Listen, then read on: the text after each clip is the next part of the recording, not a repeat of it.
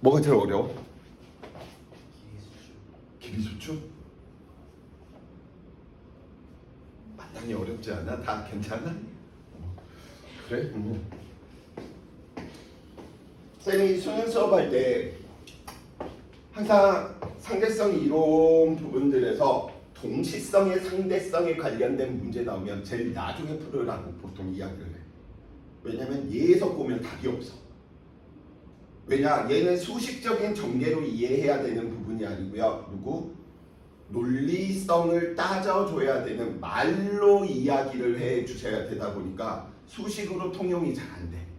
그래서 이쪽 부분이 꼬아지면 진짜 좀 많이 어렵다라고 이렇게 좀 생각해 주시면 좋을 것 같고요. 그러면 오늘 상대성 이론 잘 이해하고 있는 미나를 위주로 계속 쌤이 질문을 좀 던져봐야지. 어느 정도 이렇게 좀 이해하고 있는 부분인지. 자, 배운 내용에 똑같은 내용들 하면 지루하잖아. 그래서 쌤이 일부러 교육과정에서는 상대론적인 속도 합에 대한 내용들을 하면 안 되는데 저 내용들에 대한 부분들을 좀 이야기를 한번 해봅시다. 자, 우리는 뉴턴이 이야기했던 이 뉴턴 역학하고 그 다음에 맥스웰이 이야기한 전자기파 이론하고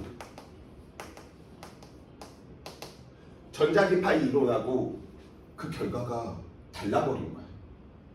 그러면 역학에서 같은 현상을 설명하는데 역학에서 이야기하는 결과와 전자기파에서 이야기하는 결과가 같으면 다르면 된다 안 된다? 안 된다라고 생각을 한 거야. 그래서 이 녀석들이 왜 다른 결과지? 안 돼. 이 결과가 뭐여야 돼? 현상들을 설명하는 그 결과가 동일해야 돼. 그래서 만들어낸 게 누구야? 일석이가 이것들을 통합하기 위해서 어떻게 하면 이것들을 통합할 수 있지? 이러한 부분들을 고민하다가 만들어둔 게 누군 거야? 특수 상대성 이론인 거지. 1905년도에. 친구들을 보면 이 맥스웰 캔커피 이름인 이 녀석이 생소해 보일 수는 있지만 나중에 이제 친구들이 대학에서 일반 물리를 안 하게 되는 케이스는 쌤 저는 수학과 진학인데요. 그냥 일반 물리 안 해도 돼. 수학과는 일반 물리가 필수가 아니야. 쌤 저 건축과 필수입니다. 쌤 저 전기과 필수입니다. 저 공대인데 필수입니다.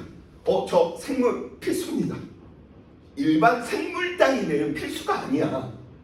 특정과에서나 필수인 거지. 근데 일반 물리는 대학 전 과정에서 이과 계열 전 과정에서 수학과를 제외한 나머지는 다 필수야. 일반 물리에 이 녀석이 뭐라고 소개되어 있냐면 가장 멋있는 맥스웰 방정식 이케이션 이렇게 소개가 되어 있거든. 왜? 가장 멋있다는 거, 가장 심플하다는 거거든. 14개로 우리가 알고 있는 전자기파에 대한 내용을 이론으로 다 정립을 해버린 거야. 그래서 그 하나 들면 이런 식으로 우리는 설명할 수 있는 거지. 고, 빠밤. 시간하가 얘야. 14개 중 하나가. 깔끔하지. 문자 하나, 둘, 세 개로 끝내버렸잖아. 쌤, 저 삼각형은 무엇입니까? 저 삼각형은 미분을 뜻하는데 시간 미분이 아니고요. 공간 미분을 뜻하는 연산자, 오퍼레이트.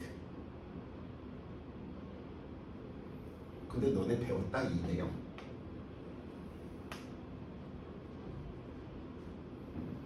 B는 참고로 자기장이야. 뭘 뜻하는 식일까? 초등학교 때부터 배웠어. N극과 S극은 분리된다 안 된다? 너 초등학교 때 이런 실험들 많이 하지 않나? 우와! 야! 잘랐어! 난 N극만 분리할 거야. 안 된다라는 거죠. 항상 두 개가 동시에 나타나잖아. 그치? 자기홀극은 존재하지 않는다라고 하는 걸 이론적으로 증명을 한 거야. 얼마나 깔끔해. 죄송합니다. 알았어, 이런 이야기 안 할게. 자, 그래서 이런 이야기 하기 싫으면 뭐 하는데 수학과 가시면 돼요. 왜 이거 안 해도 돼? 이거 듣고 다 수학까지만 하는 거 아니에요? 자, 그러면 그 실험에 대한 내용을 잠깐만 좀 살펴봅시다. 이렇게 생각한 거야. 아인슈타인 일석이는 다음과 같이 버스에서 무슨 일이 벌어졌냐라고 이야기를 하다 보니까 일정하게 매우 빠른 속도로 가고 있는 버스에서 그 버스와 같이 움직이는 관찰자가 있고요. 버스 밖에 지면에 대해서 정지한 관찰자가 있었단 말이야. 근데 얘는 특이한 공간이야. 어떤 공간이냐라고 이야기한다면 모든 공간에 자기장이 들어가는 방향으로 형성되어 있는 공간일 거야. 그래서 자기장이 들어가는 방향으로 형성이 돼 있네. 그럼 A 입장에서 살펴보면 우리는 무슨 일이 벌어지는지 이야기를 하다 보니까 이렇게 이야기를 하네. A 입장에서는 버스 안에 전자들이 있었어. 그럼 A가 바라보면 전자는 힘이 있어 없어? 속도가 있어 없어? 없지. 속도가 0이다 보니까 얘는 아무런 현상이 안 일어나는 거야. 그런데 B 입장에서 살펴보면 B 입장에서는 전자들이 무엇을 가지고 있는 거야? 속도를 가지고 있네. 전자들이 속도를 가진다는 건 전자들이 이동한다는 사실이고요. 전자들이 이동한다는 건 전류가 만들어진 것이고요. 전류가 만들어졌다는 건 누가 만들어졌다라고 하는 것까지 우리는 배웠어. 자기장이 만들어지는구나. 그러니까 하나의 자석이 되는구나까지도 배웠었잖아. 그쵸? 그러다 보니까 얘는 이 녀석도 자석의 역할이고 바깥에 있는 이 자기장도 자석의 역할이니까 자석과 자석 사이에서 힘이 나타나겠죠. 그 힘을 보고 우리는 뭐라고 이야기하는 거야? 자기력 이렇게 이야기하는 거야. 근데 전자 하나가 받는 자기력을 우리는 보통 로렌츠의 힘 이렇게 이야기를 하는데 그 로렌츠의 힘을 살펴보다 보니까 이 녀석이 어느 쪽으로 나타나야 되는 거야? 아래쪽으로 다음과 같이 로렌츠의 힘이 나타나야 되는 거야. 그래서 아래쪽으로 자기력이 나타나야 돼. 그러면 얘는 뭐 하고 있는 거야? 정지해 있는데 아무런 일이 전자한테 안 일어났는데 얘는 힘을 받아서 운동을 해야 되네. 결과가 뭐 해버려? 달라져 버리잖아. 왜 이런 결과들이 다르게 나타날까? 라고 하는 걸 계속 이제 하다 보니까 그럼 우리가 알고 있던 패러다임을 그다음 좀 바꿔야 되겠다라고 이제 생각을 하게 되는 거죠. 그래서 그 패러다임을 우리가 어떻게 어디서부터 도대체 바꿀까를 생각하다 보니까 그러면 우선 상대 속도라고 불리는 즉 A가 바라본 우리는 B의 속도를 고전적으로 이야기할 때 어떻게 이야기했었지? 그러면 물체의 속도에서 누구의 속도를 관측자의 속도를 빼줬네? 즉 이 내용을 일치시키기 위해서 기존에 알고 있던 내용들을 그대로 이론을 따라가는 게 아니고 새로운 내용으로 현상을 설명해야 되겠구나. 그 정도만 친구들이 좀 여기서 느껴주시면 돼. 그냥 단순히 상대성 이론이 난 천재거든 짠 하고 나타나는 게 아니라는 사실이 더 중요한 부분인 거죠. 그래서 우리는 갈릴레이 때부터 뉴턴으로 이어지는 고전역학에서 상대 속도들을 이야기하다 보니 A의 속도 너 오른쪽으로 얼마? 6m/s였었다라고 이야기를 한번 해보자고요. 그 다음 B는 왼쪽으로 8m/s였었다라고 이야기를 하자. 그럼 우리는 A가 바라본 B의 속도, 상대 속도, 크기와 방향을 다 이야기를 하면 어느 쪽으로? 왼쪽으로 14m/s로 보일 것이다 라고 이야기하는 게 고전역학의 관점이었었던 거죠. 근데 이런 게 통용이 안 된다라는 거야. 왜? 여기에서 이런 현상들을 달라버리니까. 같은 공간에서 일어났는데 전혀 한 사람은 예를 들어 한 사람은 살아있는데 얘는 죽었다고 판단하는 이런 일은 없다라는 거지. 그래서 이걸 수식적으로 수학자들의 도움을 받아서 로렌츠 변환이다라고 하는 녀석들로 상대론적인 속도학으로 이제 계산하는 부분으로 해석하니까 이런 부분들이 다 설명이 된다라는 거야. 그 말이 무슨 말이에요? 자, 우리는 A가 예를 들어서 0.6c라고 하는 광속의 60%로 오른쪽으로 날아가고 있었고 B는 어느 쪽으로? 왼쪽으로 0.8c만큼으로 왼쪽으로 날아가고 있었다면 우리는 얼마? A가 바라본 B의 속도는 크기와 방향 다 이야기하면 마이너스 1.4c만큼 돼 주셔야 되겠다라고 이야기해 놓을 수 있는 거죠. 오케이? 근데 이런 식으로 이 녀석들을 설명을 하니까 이렇게 된다라는 거야. 이게 아니라는 거야.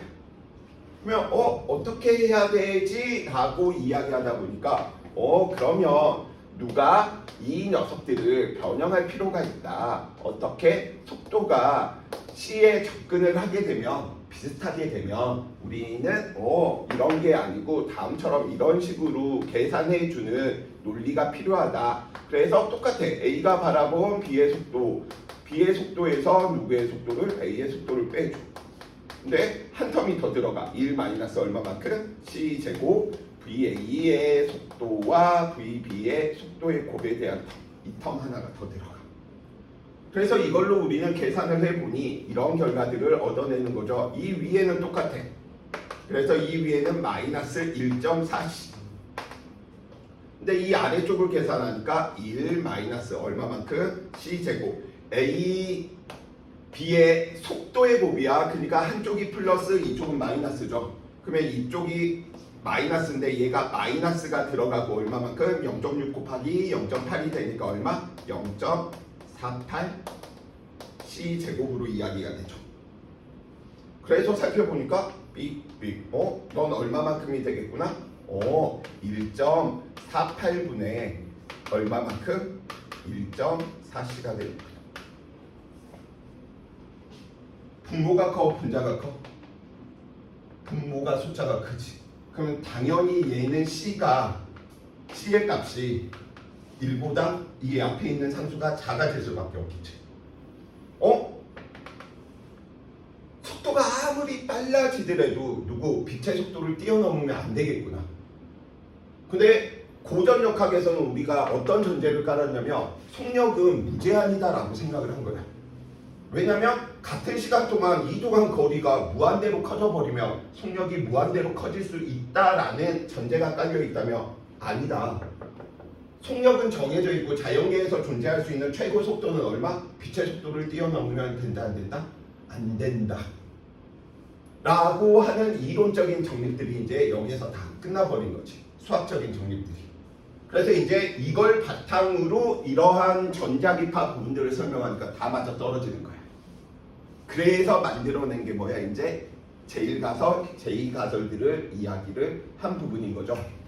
하나만 더 얘기 한번 해봅시다. 자, A가 C로 가고 있었고 B도 빛의 속력 C로 가고 있었다라고 이야기해봅시다. 그럼 A가 바라본 B의 속도는 얼마? A가 바라본 B의 속도는 얼마? C보다 커, C보다 작아, C와 같아.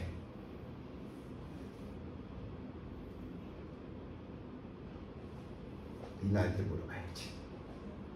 A도 C로 움직이고 있었고요. B도 C로 움직이고 있었어. 그럼 A가 바라본 B의 속도는 광속 C보다 크다, 같다, 작다.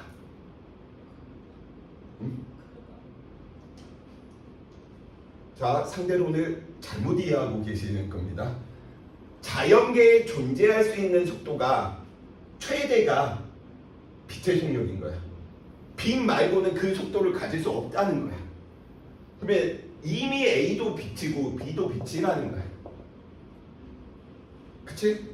그럼 빛의 속도는 움직이는 녀석이 바라보나 정지해 있는 녀석이 바라보나 광원이나 관측자의 운동 상태하고 관련 없지. 그래서 우리는 이론적으로 알아. 광속 불변의 원리에 배웠기 때문에 C가 돼야 돼. C가 됐는지 실제로 봐보자고요. A가 바라본 B의 속도 들어가니까 B 왼쪽으로 가고 있네 마이너스 C, 얘 오른쪽으로 가고 있네 플러스 C.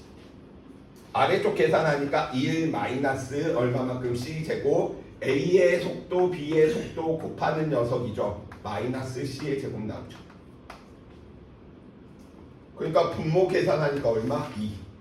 분자 계산하니까 얼마? 2C. 이래서 광속불변이 나올 수밖에 없는 내용인 거예요. 누구? 이건 일석이가 게 아니고 수학자들이 도움 받아가지고 로렌츠 변환이라고 하는 이런 부분들을 통해서 어라? C보다는 큰 속도가 존재할 수 없다라고 하는 거야. 그걸 이제 말로 예쁘게 만들어둔 거예요. 이미 여기에 우리는 누구? 가설들이 다 녹아져 있는 거예요. 그래서 창의성이다라고 이야기하는 건 새롭게 만든 게 아니고요. 남이 한 이야기를 예쁘게 어떻게 포장하는지 잘 봐봐. 이제 이 내용들 이제 이야기를 했잖아. 이게 아인슈타인이 한 게 아니야. 수학자들이 한 내용을 뭐 한 거야? 직거화시키는 작업을 잘하는 거지. 그러니까 스틸의 대가야. 뉴턴이 됐건 누가 아인슈타인이 됐건. 헛소리 좀만 더 해봅시다. 미적분 누가 만들었지? 미분. 혹시 누가 미분의 개념을 처음 생각해냈을까? 저 선택으로 미적도 안 하는데요. 이런 소리 하지 마시고요. 그냥 상식적으로. 알고 있지 않아? 뉴턴. 거짓말입니다. 뉴턴도 스틸의 대가라니까? 이미 베르누이라고 하는 우리가 알고 있는 베르누이 원리, 뭐 부력, 양력의 원리, 그 가문이 다 수학자 가문이었거든. 미분 창시자는 얘야. 왜냐면 미분의 개념을 알고 있는지 자기의 위대함을 보이기 위해서 두 녀석한테 보내. 여러 녀석들한테 보냈는데 답을 한 녀석이 두 녀석밖에 없었던 거야. 그래서 한 녀석이 라이프니치고 다른 한 녀석이 누구야? 뉴턴이야. 근데 뉴턴을 지금으로 치면 저기 조폐 찍어내는데 사장이야. 얼마나 일이 많겠니? 그러니까 막 답도 안 하고 있다가 너 왜 안 보내? 막 이렇게 했더니 알았어, 일 끝나고 한번 봐줄게. 30분 만에 풀어버리는 거지. 뭐야 이 새끼는 어떤 새끼지? 놀래버리는 거지. 그래서 그 문제가 무엇이냐면 너네들 한 번은 들어봤을 사이클로이드 곡선에 관련된 문제를 내버린 거야. 그래서 베르누이가 자기는 알고 있었어 답을. A와 B 거리를 진행할 때 가장 최소가 되는 경로는 무엇이겠니? 라고 물어본 거야. 그럼 보통 사람들은 다 누구로 물어봐? 직선거리가 최소다라고 이야기를 하잖아. 근데 우리가 알고 있는 이 사이클로이드 곡선이 최소 시간이 되는 경로거든.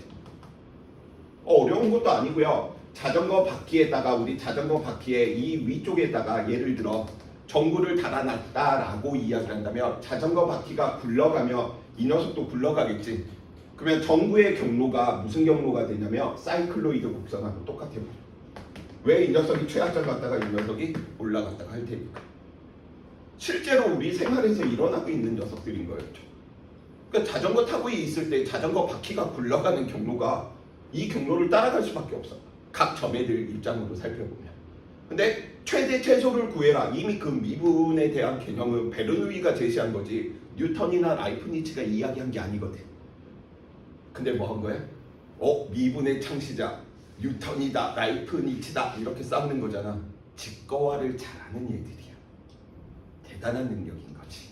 자, 이제 헛소리 그만하고요. 이제 여기에 대한 내용들을 바탕으로 이제 하나만 좀 이야기 한번 해보면 이제 되겠죠. 자, 이제 여기에 대한 것들 때문에 어떤 가설 제2공리가 왜 나와져야 되는지 지가 증명한 게 아니고요. 증명된 걸 예쁘게 말로 만든 것뿐이고요. 자, 두 번째, 우리는 관성계다, 관성좌표계다라고 불리는 녀석이 있는데 왜 이러한 부분들을 이야기를 하냐면 항상 관성좌표계 이야기하면 아마 이렇게 머릿속에 생각이 들 거야. 정지한 관찰자나 아니면 등속운동하는 관찰자다라고 이야기를 하죠. 근데 왜 정지나 등속운동하는 관찰자를 보고 우리는 관성계 이렇게 이야기할까? 숨은 의미는 얘가 있거든. 우리가 배웠던 사실이겠죠. 가속도가 둘 다 얼마인 거야? 0인 거야. 살아있는 생명체들은 우리가 살고 있는 내가 아는 쌤이 알고 있는 지구상의 생명체들은 다 속도를 느끼는 게 아니고 가속도를 느껴. 속도는 못 느껴 우리. 예를 들어서 내가 친구들 운전해 보시면 아시는데 내가 200km로 막 달리더라도 별 감이 없어. 처음 가속되고 있을 때 무섭지 200km로 가고 있으면 보이지도 않아. 그냥 무덤덤해 가고 있다. 그랬더니 벌금 18만 원이 나오더라고요.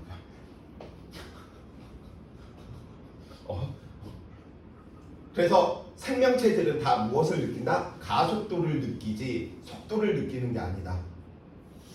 그러니까 속도를 못 느끼다 보니까 정지와 등속 운동은 가속도가 0이다 보니까 우리의 생명체의 입장에서는 사람 입장에서는 누구? 정지나 등속 운동은 뭐하다?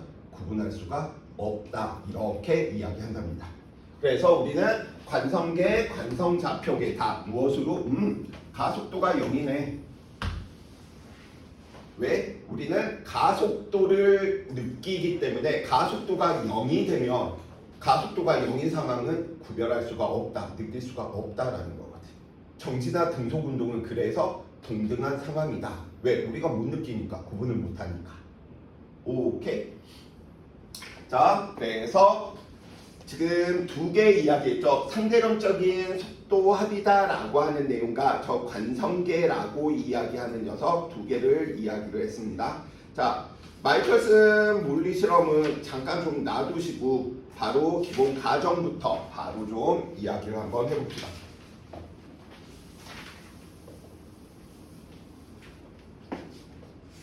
잘 보세요. 우리 특수 상대성의 기본 가정이다라고 해서 첫 번째 누구야? 상대성 원리 이야기 되는 거죠.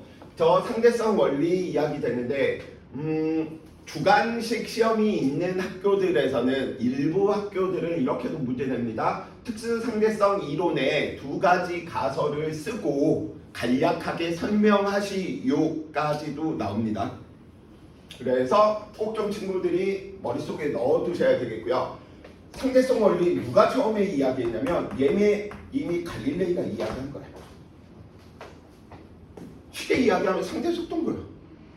갈릴레이가 이미 다 이야기했어.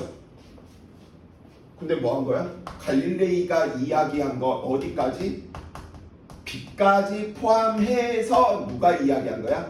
일석이가 이야기한 게 뭐야? 상대성 원리인 거야. 그러니까 포장 하나 더 얹혀가지고 이건 내 거야 라고 이야기를 하는 거지. 근데 이러한 일들은 굉장히 많이 벌어지고 있는 게 같은 제품이거든. 같은 회사에서 만들어졌는데 백화점에서 파는 가격하고 시장에서 파는 가격이 달라. 왜? 포장 하나의 차이거든. 그러면 이제 사람들은 그럼 백화점이 나쁜 거 아니냐라고 이야기하는데 물리하는 관점에서 보면 포장 잘하면 그건 새로운 제품이야. 그래서 친구들의 창의성은 무엇? 물리를 공부하면서 남의 걸 잘 모방해서 내 거와 하는 작업들을 잘하게 되면 뭐한다? 친구들은 공부를 잘할 수 있다? 이건 너무 내가 좋아하는 말이 아니야. 공부를 잘하는 거하고 행복한 거하고 돈을 잘 버는 거 다 다르더라고. 공부 잘하는 머리와 돈을 잘 버는 머리는 또 다른 것 같더라고요. 그래서 친구들은 좀 스트레스 받을 때 나 공부하는 이유가 나 돈 잘 벌기 위해서 좀 속된 말로 이야기하면 그렇게 하면 좀 덜 스트레스 받지 않을까도 싶어요. 자, 그래서 그 부분들을 이야기하는데 어떻게 더 예쁘게 구체적으로 포장해 놨냐면 관성도 결국 누가 이야기했어? 갈릴레이가 이야기했지. 현재 물체의 운동 상태를 유지하려고 하는 성질을 우리는 관성의 크기가 질량에 비례한다까지도 다 갈릴레이가 해놨단 말이야. 근데 하나 더 붙여놨네. 관성계. 어떻게? 우리는 관성계에 있는 관측자들 가속도가 0인, 즉 가속도가 0이면 생명체들은 정지와 등속 운동을 구분할 수 없어. 말 하나 붙여버리니까 전혀 다른 형식이 돼버리는 거지. 그 다음 두 번째, 모든 간성계에서 가속도가 0인 관측자의 입장에서는 가속도가 0인 공간에서의 관측자의 입장에서 물리법칙은 다 누구? 동일하게 성립된다. 물리법칙이 동일하다는 거지. 나타나는 물리량이 같다라고 하는 게 아니라는 걸 내포하고 있는 거죠. 물리량의 크기가 같다. 이러한 게 같은 게 아니야. 그래서 첫 번째로 우리가 가장 많이 보는 그림들이 여기에 관련된 내용들 아마 대체적으로 이런 그림들 많이 이야기를 하게 되는 거죠.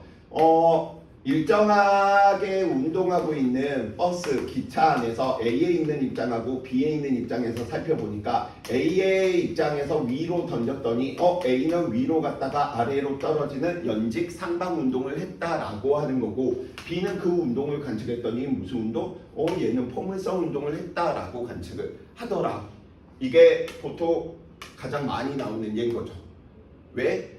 현상은 다르지만 물리량은 다르지만 어떻게 여기에서 나타나는 물리 법칙, 너는 무슨 운동? 등가속도 운동하는 까닭이 알짜 힘을 중력이 있었으니까, 너도 알짜 힘은 누구밖에 없었으니까? 중력밖에 없었으니까. 그래서 뉴턴의 운동 이 법칙, 가속도의 법칙이 A가 보건 B가 보건 뭐 하는 거야? 성립한다라고 이야기를 하는 거죠. 근데 친구들이 이런 부분들을 별로 안 와닿아하더라고요. 그래서 이제 다른 예시들 이제 좀 더 추가적으로 이야기 한번 해봅시다. 기차와 함께 달리는 A 입장에서 살펴보니까 A 입장에서 P는 1kg짜리였었고요. 누구? Q는 3kg짜리였었어. 근데 A가 바라보니까 이 녀석이 얼마로 가고 있었다는 거야? 4로 가고 있었고, 너는 뭐에 있었어? 정제에 있었대. 근데 이 녀석이 꽝 하고 충돌했더니 둘이 한 덩이가 되어서 얼마짜리? 4kg짜리 한 덩이가 1m/s로 가고 있었대. 그래서 계산을 해보니 A의 입장에서 우리는 누구? 충돌 전 운동량 살펴보니까 오른쪽으로 4네, 2개 더하니까 충돌 후 운동량을 살펴보니까 그래도 오른쪽으로 4네. 나 물리법칙, 운동량 보정 법칙이 성립되었어. 그럼 통일성과 대칭성에 의해서 누구? B에서도 성립이 돼 주셔야 되는 거지. 운동량이 4가 같다는 소리가 아니고 운동량 보존의 법칙이라고 하는 물리 법칙이 성립이 돼 줘야 된다라는 거죠. 자, 그래서 이번에는 B 입장에서 살펴보니까 누구? 기차의 속도가 10이었다는 거야. 그러면 우리는 누구? 쌤, 그러면 상대론적인 속도합에 의해서 계산할 필요가 없는 게 빛의 속도에 비해서 10 이런 것들은 워낙 작잖아. 이 효과가 안 나타나. 실제로 상대론에 대한 효과가 나타나려면 최소한 한 0.6C 이상 정도는 돼야 돼. 50에서 60% 이상 정도가 돼야지 그 효과가 좀 나타나지, 나머지 때는 거의 우리가 관측할 수도 없어. 자, 그래서 B 입장에서는 살펴보다 보니까 이 녀석 1kg짜리가 얼마? 기차가 10인데 이 녀석이 4로 봤기 때문에 너는 얼마? 14로 가고 있는 거죠. 그 다음에 Q의 입장에서 살펴보다 보니까 Q를 살펴보니까 얘 입장에서 정지한 거지, B 입장에서는 기차와 같이 움직이고 있는 거죠. 얼마로? 10으로. 그 다음 한 덩이가 되어서 이 녀석이 1로 간직했다면 얘는 기차의 속도까지 더해져서 얼마가 돼야 돼? 11이 돼 주셔야 되는 거죠. 그래서 B의 입장에서 운동량 보존을 이야기하다 보니까 누구? 전 운동량 살펴봐 보니 전 운동량 얼마만큼? 1 곱하기 14만큼 14 플러스 이 녀석도 움직이고 있네. 3짜리가 10으로 움직이고 있으니까 30 얼마? 44만큼 오른쪽 방향의 운동량을 가지는 거죠. 그럼 당연히 충돌 후에도 얼마를 가져주셔야 돼? 이 녀석은 44가 돼 주셔야 되겠구나. 실제로 얼마? 4kg짜리가 11로 가고 있으니 44인 거죠.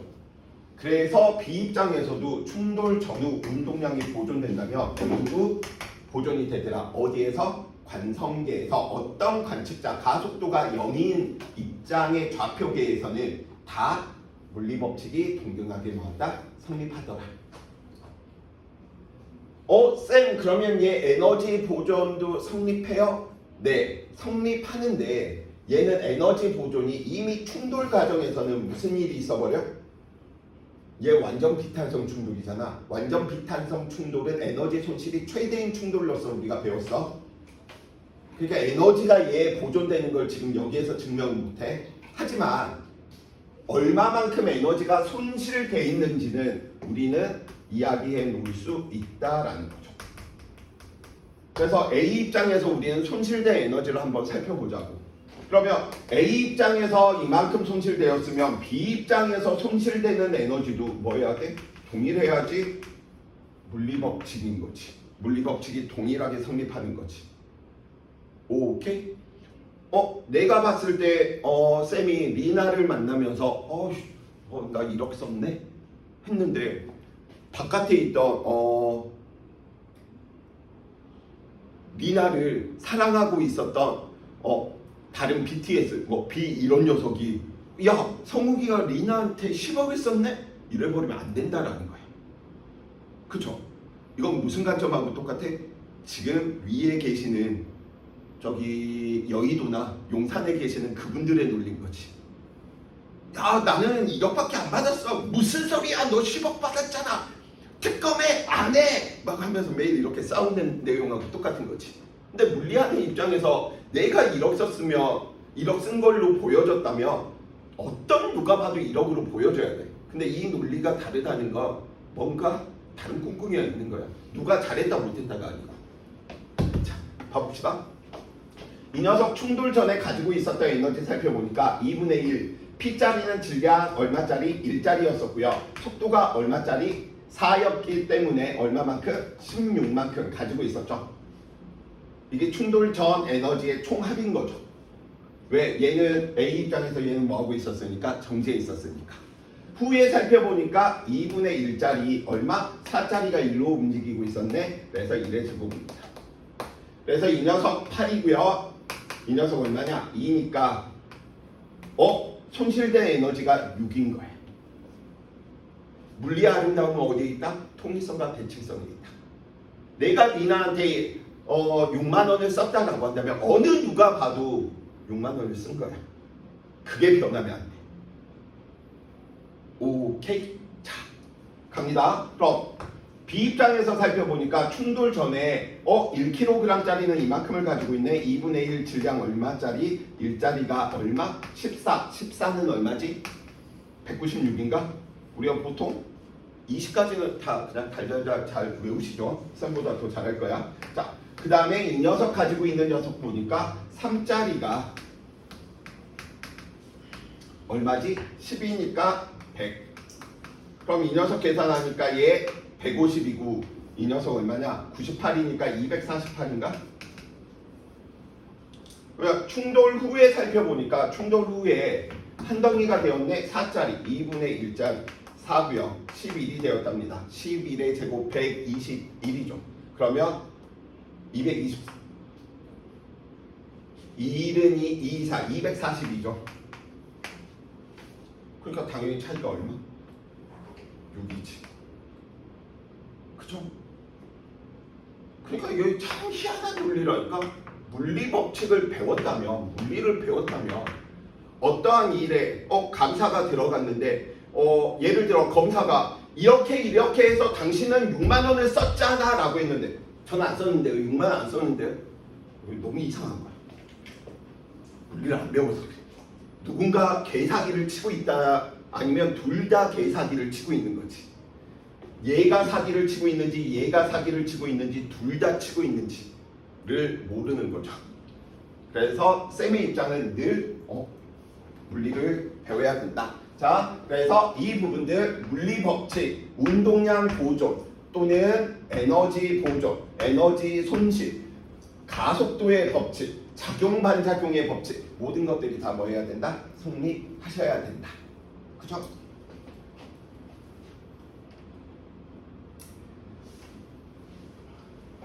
그래서 상대성 원리에다가 관성계라고 하는 기준값과 물리 법칙이 동등하게 성립해야 된다라고 하는 사실을 추가적으로 해서 직거마냥 상대성 원리 가설이라고 이야기를 하게 되는 거죠. 오케이?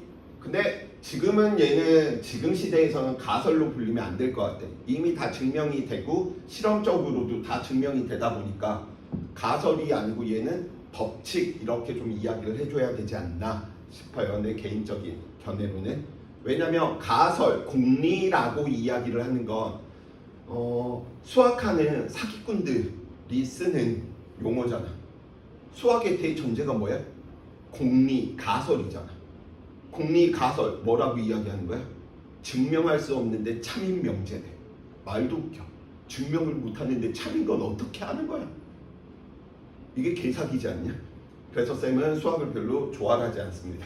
물론 그렇게 대전제를 두다 보니까 논리성이 확고하지 변수가 없다라는 사실인 거예요.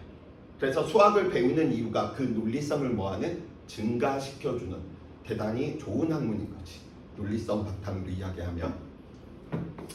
자, 그러면 이제 두 번째 광속불변의 원리에 대한 내용 이야기 한번 해봅시다. 자, 광속불변에 대한 내용들.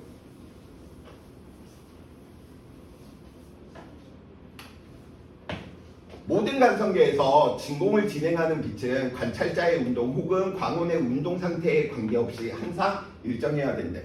그래서 광속은 발음 문자도 아니고 C로 이야기하는 거죠. C가 의미하는 게 뭐니까? 컨스탄트의 약자인 거지. 누가 봐도 상수다. 빛의 속도는 변함이 없다. 자연계에 존재하는 최고 속도는 빛이고 빛보다 빠른 녀석은 만들 수도 없다라고 하는 사실인 거예요. 근데 이거 G가 있어? 로렌츠라고 하는 사람이 이미 증명을 한 걸 가지고 온 거야. 그랬더니 해석을 이제 이런 식으로 하는 거지. C의 속력으로 가고 있고 C의 속력으로 이렇게 접근하고 있으며 A가 보건 B가 보건 C네. C보다 작은 녀석들이 이야기되면 누구 C에 접근하네. 그래서 이제 뭐 하는 거야? 약간의 포장을 또 가공해서 어떻게 광원의 운동 상태나 관찰자의 운동 상태에 뭐하게 관계없이 빛의 속도는 항상 일정하다 직거화 시킨 거죠. 오케이. 자, 그래서 그 두 가지 가설에 대한 내용들 이야기를 해 놓고요.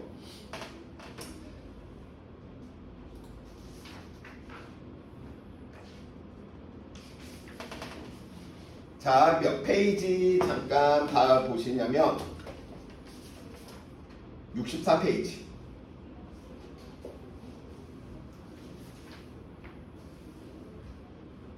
이건 친구들한테 좀 질문을 계속적으로 던질 거야. 좀만 참아. 이것만 하고 좀 쉬었다 갈 테니까. 우리 한 것도 없잖아. 남 개사기 친 내용들, 직거화시킨 사기 내용들 우리가 지금 배우고 있는 거죠. 시간의 동기와 이 그림 교과서나 참 많이 보셨죠? 그치? 안 봤어? 처음 봤어? 자, 천천히 따라갑시다. 우리 시간의 동기화라고 이야기하는 이 개념이 무엇이냐면 한 지점에서 모든 시계를 다 동시에 같은 시각으로 맞춰두고 나서 그 동일한 시계들을 뭐하겠다? 각각의 지점에 가져다 놓겠다 라고 하는 게 무엇? 시간의 동기화야. 내용은 어렵지가 않아. 근데 이제 이걸 말로 논리성으로 설명하게 되면 여기에 철학적인 부분들까지 결합하다 보니까 더럽게 어려운 거지. 자, 그리고 또 이런 친구들이 있어. 쌤, 시계를 맞춰놨다라고 하더라도 얘가 움직였다는 건 순간 가속도가 생겼다는 거고, 가속도가 생겼다는 건 일반 상대론에 의해서 시간들이 다 다르게 가잖아요. 얘는 특수 상대론이야. 일반 상대론 고려 안 하는 거야. 그것까지 고려하면 안 돼. 자, 그래서 우리는 시계들을 다 맞춰두고 나서 얘가 3시, 다 3시야. 지금 3시를 가리키고 있어. 3시, 3시, 3시. 그 다음에 직사각형처럼 보이지만 쌤이 이거 그림을 잘못 늘려놔가지고 직사각형으로 보이는 거지 다 정사각형. 다 한 칸의 간격도 다 똑같아. 자, 그러면 우리 첫 번째 상대론에 관련된 문제들을 이야기할 때 여기 있는 이 사건, 이벤트라고 하는 말보다는 저 사건을 문제에서 너 사건이야 이렇게 안 줘. 그러면 우리가 그 사건들을 항상 뭐 해야 돼? 얘가 1번 사건이고 얘가 2번 사건이구나. 이렇게 우리가 뭐 해주셔야 돼? 구분할 수 있어 주셔야 된다.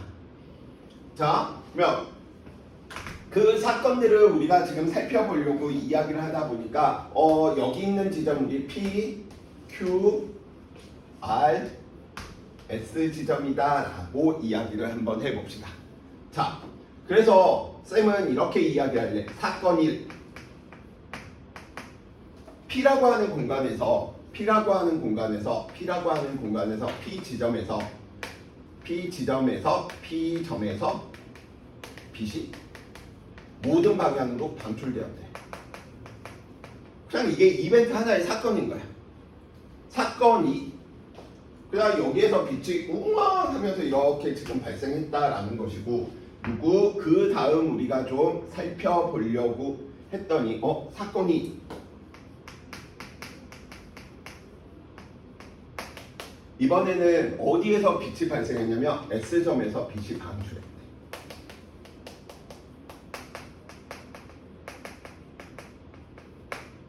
그래서 S점에서 빛이 빵 하고 방출한 거야. 자, 잘 따라오세요. 이 지점에서 P 지점에서 3시인 빛이 3시 때 빛이 방출했고, 동시에 S 지점에서도 3시 때 빛이 방출했어. 자, 질문 들어갑니다. 자, 그럼 R 지점의 관측자 R은 사건 1과 사건 2 중에 누가 먼저 발생했다라고 이야기하는 겁니까?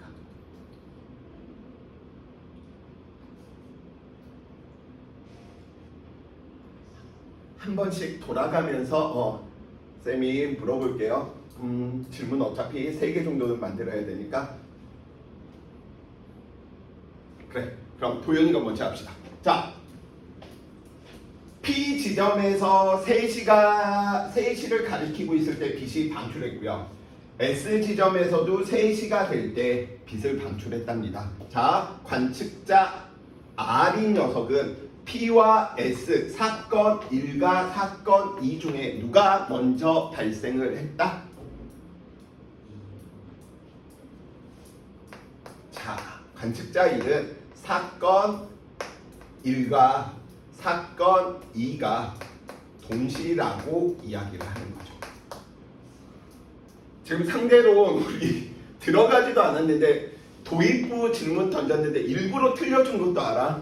왜냐면 나 다 알고 있는데 내가 다 대답하면 너 할 거 없잖아 해서 일부러 틀려준 거야.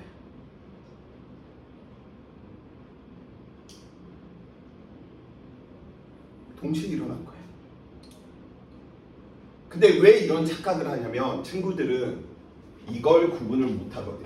안 하거든. 그걸 학교에서 교과서에서 이런 걸 안 알려줘.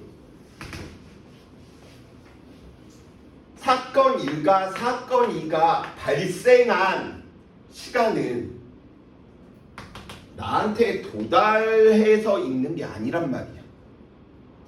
얘는 그 지점에서 이 시간을 읽어줘야 돼. 근데 친구들은 뭘로 지금 계산하냐면 관찰 시간으로 계산을 해버린 거야. 이 녀석은 나한테 나중에 오고 이 녀석은 나한테 처음에 오니까 뭐 한다?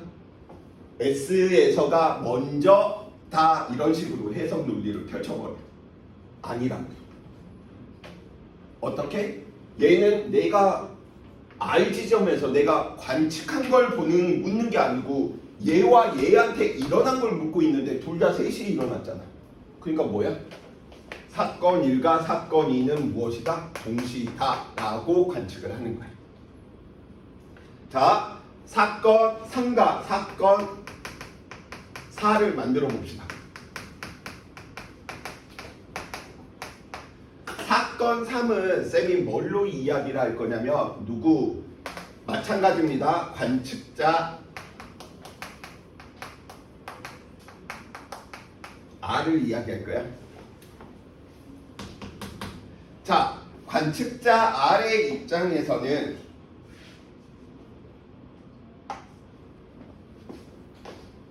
P에서 발생한 빛이 R에 도착하는 사건이야. P에서 발생한 빛이 R에 도착. 사건 4는 S에서 발생한 빛이 R에 도착하는 사건을 관측자 R이 느낄 때는 리나야. 관측자 R은 사건 3과 4 중에 누가 먼저 일어나 아니면 동시에 일어나?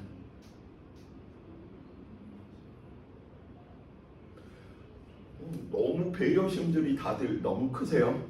일부러 막 대답을 회피하고 있는 것 같아. 관측자 R의 입장에서는 사건이 나한테 도착하는 걸 관측하는 거잖아. 둘 다 3시에서 빛이 출발했는데 얘는 몇 칸가? 3칸 같이. 얘는 몇 칸? 2칸 가는 거죠. 그러다 보니까 관측자 R 입장에서 사건 3, 4 중에 누가 먼저 도달하거나 사건 4가 먼저 생기는 거예요. 그래서 관측자 R의 입장에서는 4가 먼저 도달하고 누가 먼저 3이 나중에 도달하겠구나. 자, 이제 이 부분 정리해 드립니다. 지금 여기에서 이야기하는 사건 1과 사건 2는 누구야? 발생 시각이야. 관찰 시각은 예로 들면 사건 3과 4가 관찰 시간인 거예요. 얘가 관찰 시간인 거예요.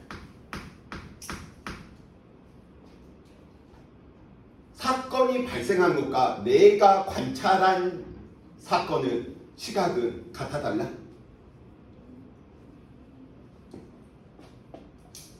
같아 달라? 다르다라는 거죠. 그래서 관찰 시각은 누구 보는 거야? 관찰자의 위치에서 측정한 시간입니다.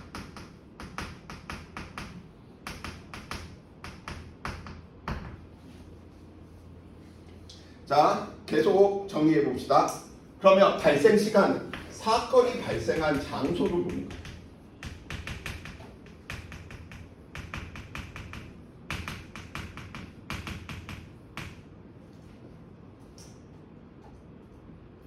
빛이 발생한 사건과 빛이 나한테 도달한 사건은 뭐 한 거야? 물어보는 게 다르다고. 구분을 뭐 해주셔야 돼? 해주셔야 돼. 문제 푸는데 이게 도움이 안 될 것 같지만 꼬아진 문제들 같은 경우에서는 친구들이 이 연습 안 하시면 그 문제를 풀어내기가 굉장히 힘들어져요.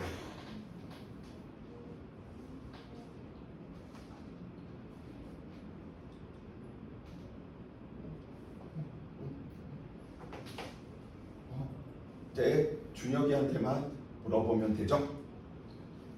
자,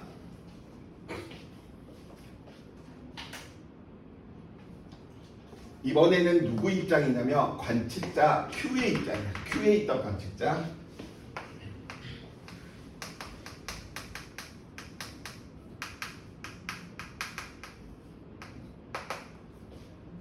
그럼 관측자 Q의 입장은 얘는 아까 3칸인데 P에서 나타난 게 얘는 몇 칸? 2칸이다 라고 이야기를 했네. 자, 준혁아, 그러면 관측자 Q의 입장에서는 사건 1과 사건 2가 동시에 발생 아니면 누가 먼저 발생? 그렇지. 착각하시면 안 돼. 즉 발생 시간은 사건의 발생 장소에서 우리가 일어난 시각을 뭐 해주면 돼? 읽으면 되다 보니까 이건 좀 더 확장해서 이야기하면 이렇게 이야기할 수 있는 거지. 얘는 굳이 얘와 얘를 경우를 따질 필요가 있는 게 아니야. 동일한 관성계에서는 얘 존재하고 있으니까 얘도 지금 존재하고 있단 말이야. 동일한 관성계에서는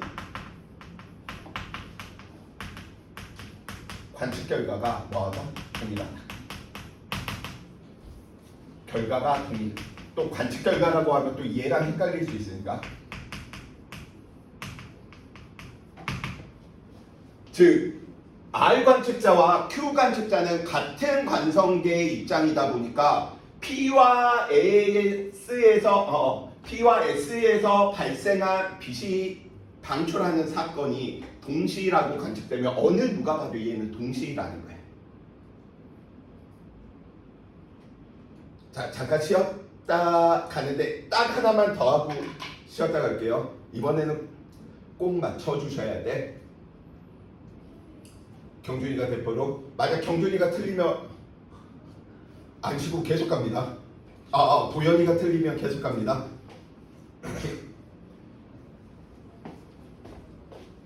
자, 관측자 Q 입장에서는 1번 사건과 2번 사건이 동시라고 이야기를 됐거든. 오케이? 자, 그럼 관측자 Q 입장에서는 3번 사건과 4번 사건은 동시일까요? 동시가 아닐까요? 관측자 Q의 입장에서. 관찰 시각이요.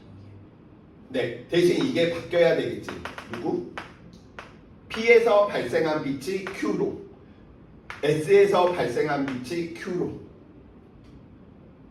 그러면 S 입장에서는 누가 먼저 도착해? Q 입장에서는 그 P에서 발생하는 것이. 그치, P가 먼저 도달하지. 왜? 얘는 관찰 시각이니까. 그래서 얘가 보는 사건 3, 4가 아니라는 거야. 관측자, 그래서 Q는 사건 5라고 한다면 사건 5가 누가 되는 거지? P에서 발생한 빛이 어디? Q에 도착. 사건인 거고, 사건 6은 S에서 발생한 빛이 Q에 도착. 그럼 관측자 Q의 입장에서는 사건 5와 6이 동시가 아니고 누가 먼저 일어난다? 사건 5가 먼저 일어나고 사건 6이 나중에 일어난다라는 거지. 왜? 얘는 관찰 위치니까. 관찰 시간이니까.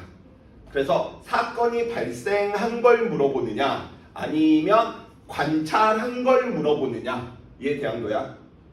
또 이상한 논리 펼치지 마. 쌤, 우리가 여기에서 빛을 인식해야 한다는 거 얘가 도달해야지 인식하네요. 이런 소리 하지 마.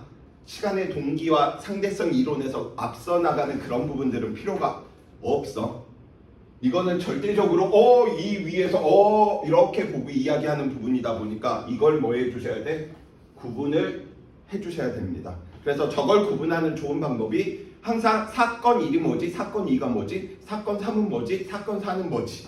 이런 식으로 친구들이 당분간 좀 연습을 해주시면 좋을 것 같아요. 자, 잠시 쉬었다가 이어서 진행하도록 할게요. 좀 잠들 좀 깨시고요.